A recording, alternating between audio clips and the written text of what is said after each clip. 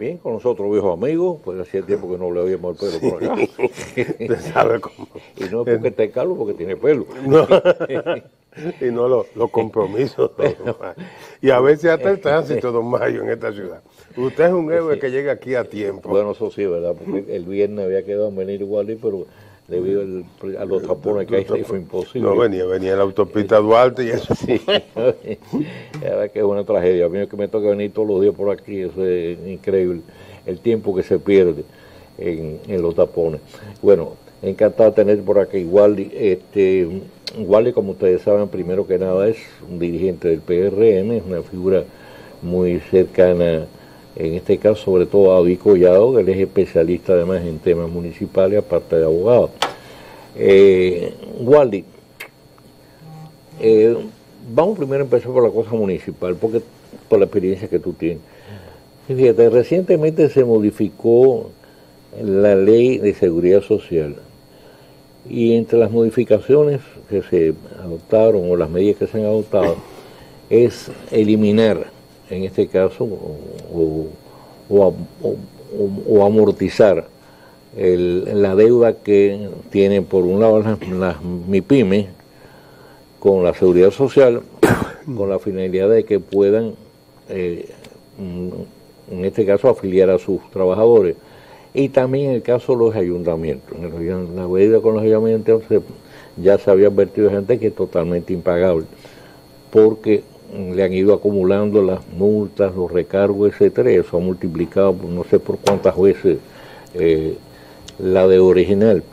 Ahora bien, de acuerdo a tu experiencia, ¿tú consideras que con esas modificaciones los ayuntamientos del país tienen real posibilidad de afiliar a sus trabajadores, a sus empleados en la seguridad social?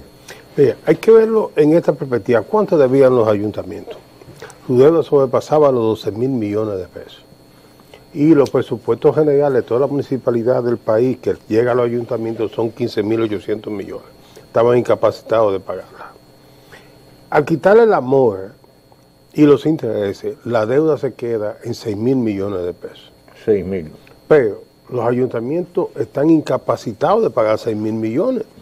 Porque si de 16.000 millones, 15.800, se despojan de 6.000 millones y tienen un plazo que le da la propia ley para pagarlo, significa que van a quedar sin recursos.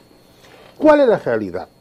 Bien, esa deuda corresponde a dos vertientes que tiene la seguridad social. Uno, el fondo de pensión, y otro que es la parte de salud. En la práctica, aunque los empleados de los ayuntamientos no estaban en la parte de la seguridad social que tiene que ver con salud, SENASA le estaba dando ese servicio. La mayoría de los empleados municipales pasaron al SENASA subsidiado. O sea, porque esa es la realidad interna, lo que a veces no se sabe. ¿Qué es lo que realmente deben los ayuntamientos? La parte que tiene que ver con el fondo de pensión. Las pensiones. Las pensiones. Y ahí yo insisto, si es las pensiones y hay un acuerdo, se puede pagar. Ahora, ¿a qué régimen de pensión van a ir los empleados municipales? ¿Al régimen privado o al público? Porque tenemos una ley que transformó el Instituto Dominicano de Seguros Sociales. Entonces, lo lógico es que bajo un acuerdo, los ayuntamientos amortigüen con esa nueva entidad y puedan tener los empleados municipales ahí. ¿Y por qué digo esto? La edad promedio de los empleados municipales es alta y su vida útil es corta por el tipo de trabajo que realizan. Claro. Están más expuestos a la contaminación, su vida se deteriora más, y ojalá las nuevas autoridades que salgan electas a partir de marzo puedan sentarse con el gobierno central y discutir esto. Mi aporte a eso es sencillamente, mire, olvidémonos de la deuda que tiene que ver con la salud, porque ya eso lo cubrió el Estado, claro. Y se lo asignó, y lo cubrió porque cada año le asigna a SENASA unos fondos que son utilizados para el subsidiado. Lo segundo, mire, vamos a cumplir con la decisión del Tribunal Constitucional y todos los empleados municipales entran al SENASA y ustedes lo van a pagar a partir de ahora. Y luego, la otra fase es que, bueno, en la parte de las pensiones, de una forma u otra, el propio gobierno central, en su presupuesto de la nación, asigna unos fondos al plan de pensiones de empleados del Estado. Y los empleados de los ayuntamientos son empleados del Estado. Claro. Entonces, venga, cotice a que es la nueva entidad que vamos a tener, y vamos a reconocerle el tiempo que ya ustedes tienen, porque de una forma u otra lo va a suplir el Estado dominicano. Pero, Wally, fíjate, por ley, ¿cuánto debían recibir los ayuntamientos del monto del presupuesto? Para este año estaba estimado en 62 mil millones de pesos. No, yo estoy hablando del porciento. Pues el 10%. El 10%. ¿Cuánto están recibiendo? ¿Qué por ciento están recibiendo? El presupuesto presupuestado para el año 2020 es 2.1%. Pero tuvimos presupuestado para el 19, 2.3. O sea, la quinta parte. Sí, y cuando fuimos a la ejecución fue de 1.9. Por lo menos hasta el último informe de ejecución, que usted sabe que se hace trimestral. Sí. Ahora, cuando en marzo se entregue el último informe, que es el que corta diciembre, se produjo una reforma presupuestaria en ese periodo, y por lo tanto uno entiende que como no se le asignó fondo a los ayuntamientos, va a haber una pequeña reducción más, y todos estimamos que va a quedar en 1.9. O sea que los ayuntamientos entonces no disponen, en este caso, de recursos, es decir, derivados del presupuesto de la nación, para poder ejecutar realmente un buen trabajo, un buen gobierno municipal. Mira, la recolección de residuos sólidos tiene unos estimados en la región. En la región el promedio es que una tonelada de residuos sólidos usted la puede recoger y transportar a la disposición final entre 18 y 23 dólares, partiendo del tipo de equipo que tiene y de la distancia que hay entre una ciudad y su disposición final. Si esas cerca de 12.500, 13.000 toneladas diarias que aquí se producen, las recogemos en ese promedio y le ponemos 8 dólares a la disposición final, porque de esa parte nosotros no hemos olvidado, los ayuntamientos estarían gastando cerca de unos 8.000 millones de pesos, que corresponden al 50% de su presupuesto general. O sea, la mitad se va a ir. Se va a ir. Imagínate. Y los grandes ayuntamientos confiesan que eso es verdad. Porque si lo calculamos así a simple vista, estamos en esa tesis. Ahora, estamos obligados a asumir unos criterios de seriedad y de abordar estos temas. Explico por qué. Si nosotros no abordamos el tema ambiental, nosotros estamos poniendo en riesgo el futuro de la economía nacional, que depende del turismo. Donde, y nada más miremos ahora con el virus que ha surgido en China, como todo el que tenía un viaje programado para China, no va a China. Claro. Todo el que tenía un viaje programado a una ciudad donde se dice que hay alguien contaminado, no va. Los muchachos nuestros, con ciudadanos que lo llevaron a Ucrania, los recibieron a pedrada. Entonces, el día que aquí haga mutuación una bacteria en una de nuestras playas, porque al final todas nuestras aguas terminan en el mar. Claro. Entonces, los lixiviados, que son esas aguasas que produce la basura, termina en una cañada, a un río, al mar. Y en algún momento eso va a tener una reacción. El mar, claro, inmenso, puede reducir mucho la parte de las contaminaciones, pero no sabemos qué día una bacteria puede sobrevivir a las propias aguas del mar. Pero visualmente tú tienes un ejemplo ahí mismo en la bahía aquí de Santo Domingo. Mira entonces a la desembocadura de los Osama, verás como el agua tiene un color totalmente diferente a mar afuera, ¿no? Claro. Es un color oscuro, color verdoso. Exacto, de la contaminación que va arrastrando el río. Y si tomamos lo que ha sido la historia, recordemos que en la parte de la colonia se hablaba de la belleza y la transparencia del río, de la ría Osama. Claro. Ahí están en las crónicas de Santo Domingo. Y inclusive aquel famoso debate si el agua de la ciudad había que hacer un acueducto desde el río Osama, de la ría Osama, o de la ría Jaina, o del río Jaina. O sea, fíjense cómo teníamos tan buena agua que podíamos tomar el agua de consumo de uno de esos dos ríos. Y eso ya lo perdimos. Pero desgraciadamente no es una situación exclusiva de los Sama. Prácticamente la mayoría de los ríos del país están totalmente contaminados. Sí. Estamos hablando del Yaque, el Nizagua, o sea, yo no sé entonces en ese sentido qué previsiones se está tomando el Ministerio de Medio Ambiente y Recursos Naturales, porque como tú acabas de señalar, tenemos por delante el desafío del cambio climático. Ya está establecido y reiterado que la República Dominicana figura entre los 10 países que resultarían más afectados por el cambio climático. Entonces, mucho bla, bla, bla, pero uno dice, pero si con los niveles de contaminación que tienen los ríos, que es realmente lo que se está haciendo. Y nosotros tenemos una situación que vivimos a espalda a ella. ¿Cuál es? Nosotros lo que somos es una isla. Esa división que hicimos mediante un tratado no lo toma en cuenta la naturaleza. Nosotros tenemos 365 vertederos a cielo abierto en 48.000 kilómetros. Pero en 21.000 kilómetros y pico, que son nuestros vecinos de Haití, que compartimos la isla, y en términos ambiental somos lo mismo. Claro, es una unidad geográfica. Geográficamente, ellos en 21.000 kilómetros tienen 298 contados. Pero a eso sumamos que en Haití solamente hay una sola planta de tratamiento de agua servida, la de Petonville. Después no hay una más. Además es un país un territorio desertificado. Nosotros ahora tenemos el grave problema que hemos aumentado las urbanizaciones, pero nuestro sistema colapsó en términos de manejo de las aguas servidas. Que no es malo que nosotros decíamos antes las aguas negras, que van al subsidio, ahí van las heces fecales, orinales, lo que va a raíz, todo.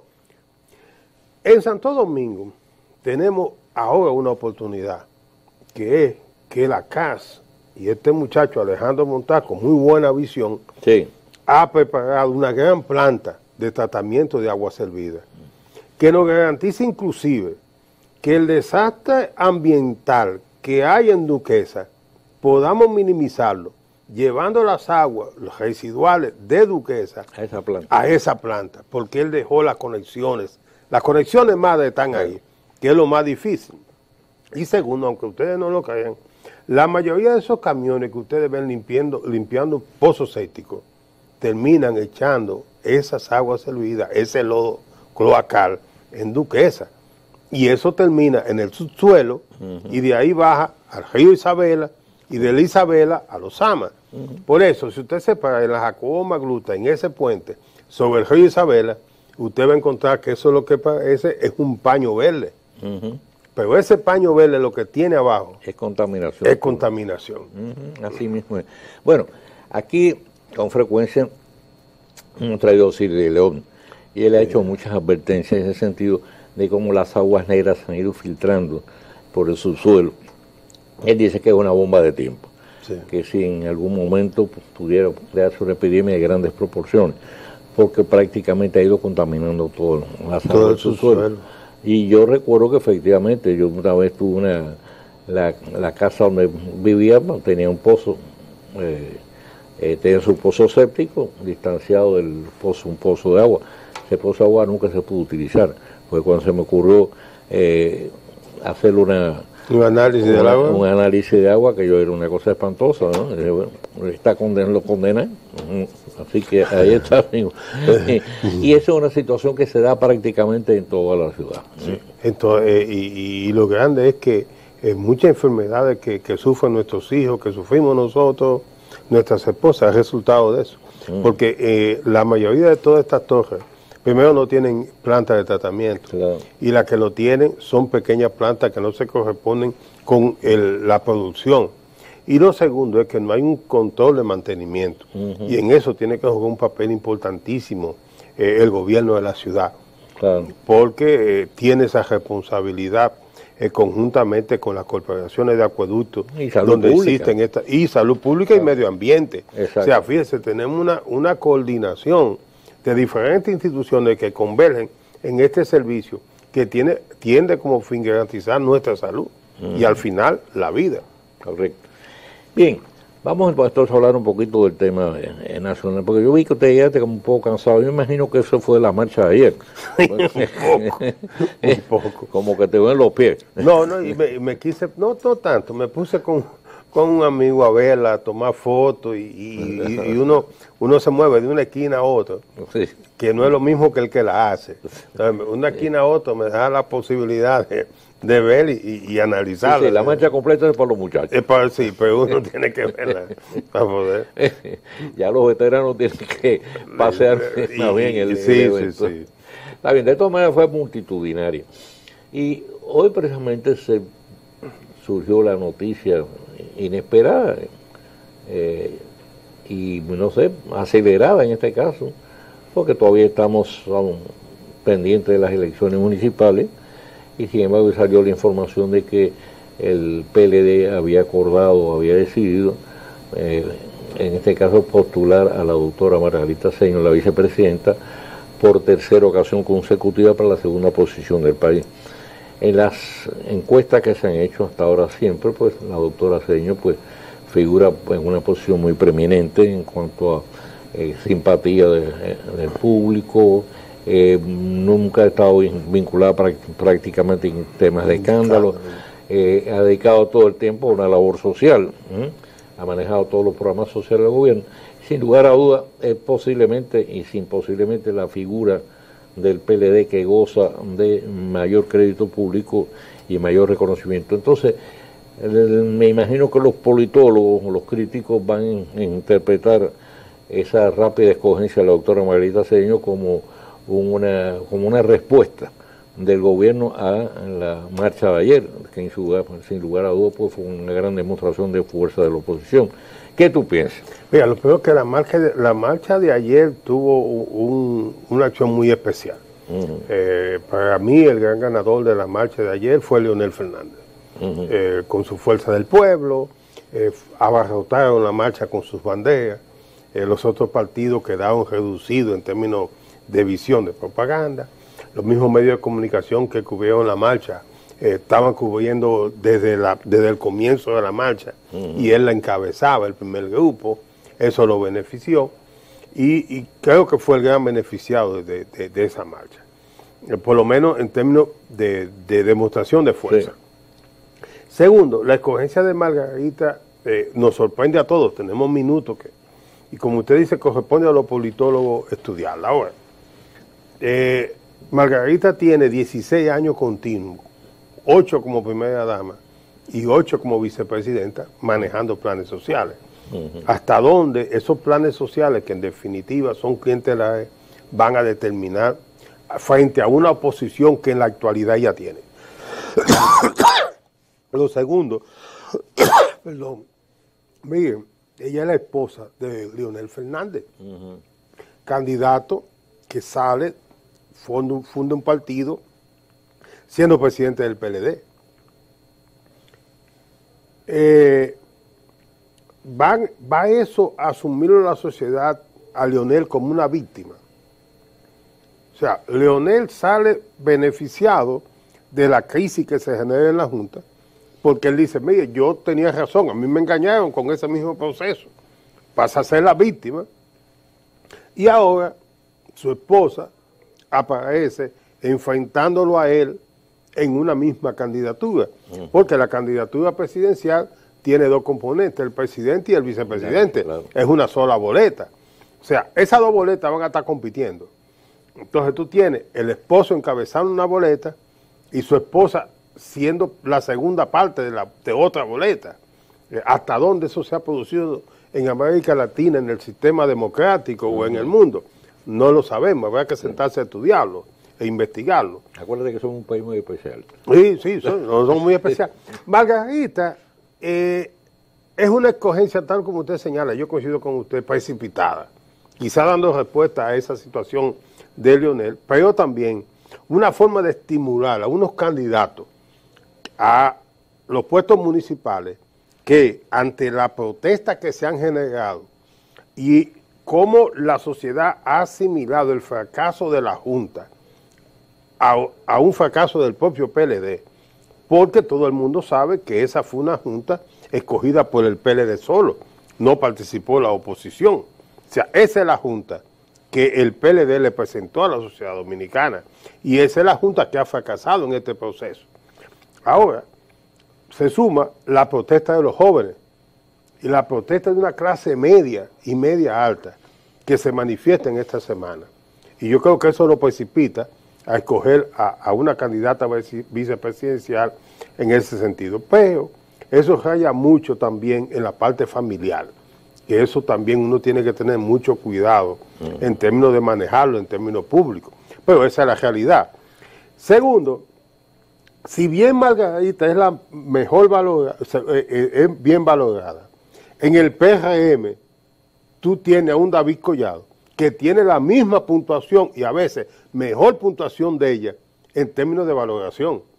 Entonces, si ella se cansa en el término que dé para la escogencia de las candidaturas, lo más probable es que la escogencia del candidato o la candidata, si es David, el candidato vicepresidencial del PRM, genere mayores efectos que el que pueda causar ella en un momento de debilidad de su partido. O sea, eso uno lo tiene que ver desde esa perspectiva. Ahora, su escogencia va a determinar mucho si influye o no cuando el candidato presidencial del PRM y su equipo se sienten a valorar a quién va a escoger como candidato vicepresidencial. Y a quién va a escoger la tercera fuerza, que es la fuerza del pueblo. ¿Quién va a acompañar a Leonel en la candidatura? Y segundo, van a asumir las mujeres dominicanas, las mujeres dominicanas que se identifican mucho con el respeto, la familia, como muy buena esta decisión de Margarita de enfrentar a su esposo. ¿Cómo lo van a asumir los hombres con un criterio un poquito más machista que tenemos en la sociedad? O sea, la esposa está compitiendo con el esposo. Y otros dirán, bueno, en el PLD le quitaron tanto a Leonel que hasta le llevaron su mujer. O sea, fíjense hacia dónde todo eso puede deslugar. Esa es mi visión ahora de suceder eso. Insisto, los efectos que esa candidatura puede tener va a depender mucho de cómo el candidato presidencial Luis Abinader escoja su candidato vicepresidencial. Bueno, ¿tú crees que en este caso el hecho que el PLD ahora se ha apresurado ya a definir como compañera de boleta a la doctora Margarita Cedeño impulsará también a Luis Abinader a apresurar en este caso la escogencia de su candidato presidencial y a Leonel Fernández por otro lado? Yo creo que no, porque ambos están en una posición de ventaja, porque esto lo han escogido en un momento de desesperación y ahora le corresponde a ellos ser quizá un poquito más cautos para el momento en que lo vayan a escoger. Va a depender mucho de la estrategia que ellos puedan manejar en ambos casos, pero lo que sin duda va a significar que es probable que cuando Luis escoja su candidato vicepresidencial o candidata, ya los efectos de la escogencia de Margarita haya pasado. Y está presentando como candidata vicepresidencial a una persona que durante 2 periodos ha sido candidato vicepresidencial. O sea, fíjense que no creo que impacte tanto hacia afuera. Podrá impactar un poco en fortalecer la esperanza de los candidatos del PLD que ya estaban desmoralizados frente a esta repulsa social a su propio partido. O sea, ¿tú crees entonces que Abinader y el doctor Leonel Fernández esperen a que pasen las elecciones municipales? Si estuviera cerca de cualquiera de los dos y pudiera opinar, le dijera que pase la municipal. No se me haga por usted cerca por lo menos uno de ellos, usted cerca de Abinader. Sí, buenas relaciones con Luis. No se me tira muerto ahora tampoco. Yo no le voy a pedir ningún puesto. No se preocupe. No, pero yo insisto mucho en esto. David tiene ahora mismo una de las mejores valoraciones. Sí. Inclusive, David Collado, en la historia de la ciudad de Santo Domingo, es el único alcalde o síndico de esa época que sale con reconocimiento social. Organizaciones sociales reconocen esa gestión. Y no quiero que los que están muy cerca de Peña por los recuerdos ni se sientan mal. A Peña los reconocieron los bloques de partido.